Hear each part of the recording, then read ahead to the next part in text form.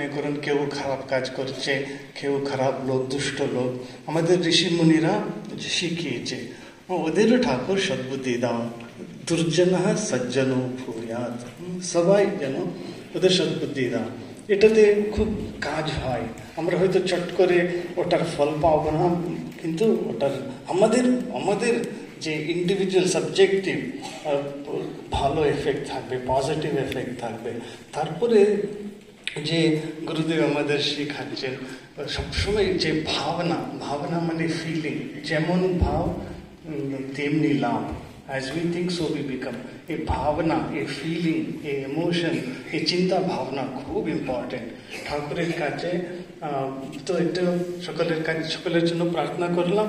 তারপরে কি সবসময় ভাবতে হবে ঠাকুরের কৃপায় আমি সুস্থ আছি, আমার শরীর সুস্থ আছে, আমার মন প্রবল পবিত্র, আমি প্রবল ইচ্ছাশক্তি সম্পন্ন, মানে I am এন্ডোড with tremendous will পাওয়ার। আমার ইচ্ছাশক্তি আছে, আমি শক্তিশালী, বলবান, আমি ভালো, আমি মন্দ নয়, আমি পবিত্র।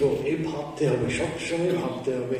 আমরা যত এরকম পজিটিভ ভাবি তত এফেক্ট, ভালো এফেক্ট থাকে, পজিটিভ এফেক্ট। তো ওই জন্য সবসময় ভাবতে হবে আমি ঠাকুর মায়ের সন্তান।